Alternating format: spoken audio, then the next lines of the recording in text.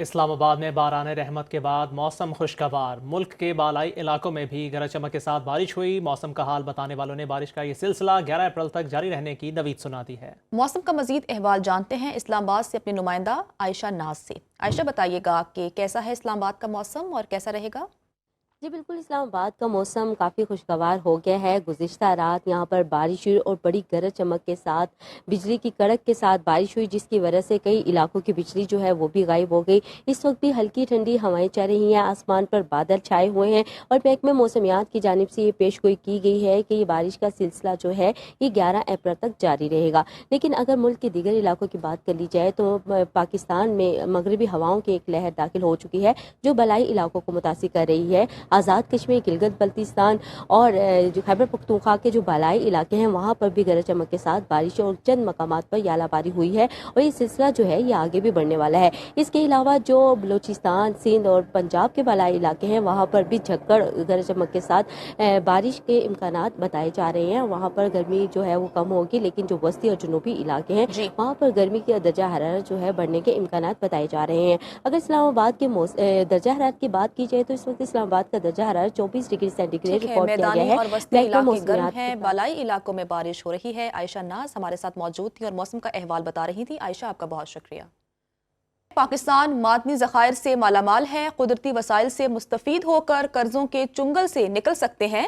وزیر اعظم شہباز شریف کا minerals forum سے خطاب، کہا فورم کے انعقاد سے سرمایہ کاروں کے اعتماد میں اضافہ ہوگا، ملک میں مزید سرمایہ کاری آئے گی۔ بلوچستان میں کان کنی سے روزگار کے مواقع پیدا ہوں گے اور سماجی و معاشی ترقی ہوگی۔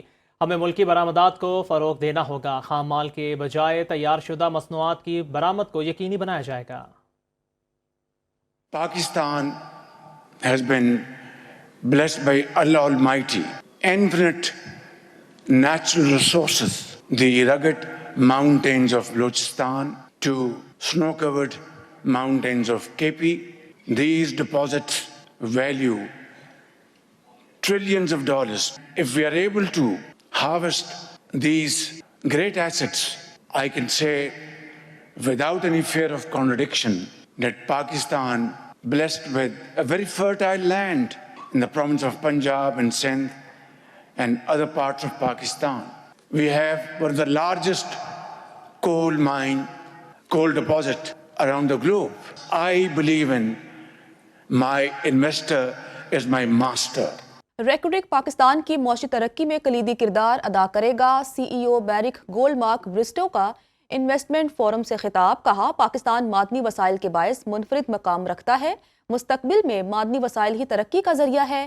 معدنی ذخائر کسی بھی ملک کی ترقی میں اہم کردار ادا کرتے ہیں، معدنیات کا حصول صنعتی شعبے کے لیے بہت ضروری ہے۔ ریکوڈک پاکستان کی معاشی ترقی میں کلیدی کردار ادا کرے گا۔ سی ای او بیرک گولڈ مارک برسٹو کا انویسٹمنٹ فورم سے خطاب، کہا پاکستان معدنی وسائل کے باعث منفرد مقام رکھتا ہے، مستقبل میں معدنی وسائل ہی ترقی کا ذریعہ ہے۔ معدنی ذخائر کسی بھی ملک کی ترقی میں اہم کردار ادا کرتے ہیں، معدنیات کا حصول صنعتی شعبے کے لیے بہت ضروری ہے۔ امریکی محکمہ خارجہ میں جنوبی وسطی ایشیا امور کے اعلیٰ عہدیدار ایرک مائک نے کہا ہے کہ وہ پاکستان کی مہمان نوازی سے لطف اندوز ہو رہے ہیں۔ امید ہے کہ اس فورم کے انعقاد سے امریکہ اور پاکستان کے تعلقات مزید مضبوط ہوں گے۔ امریکی صدر ڈونلڈ ٹرمپ نے بھی منرل اور معدنی وسائل کی اہمیت کو متعدد بار اجاگر کیا ہے۔ دونوں ممالک کے درمیان سویابین کی تجارت کا دوبارہ آغاز باعث مسرت ہے۔ 260,000 ٹن سویابین سے لدے 4 جہاز حال ہی میں پاکستان پہنچے ہیں۔ یہ تجارتی روابط دونوں ممالک کے عوام کے درمیان گہرے تعلقات کی نشاندہی کرتے ہیں۔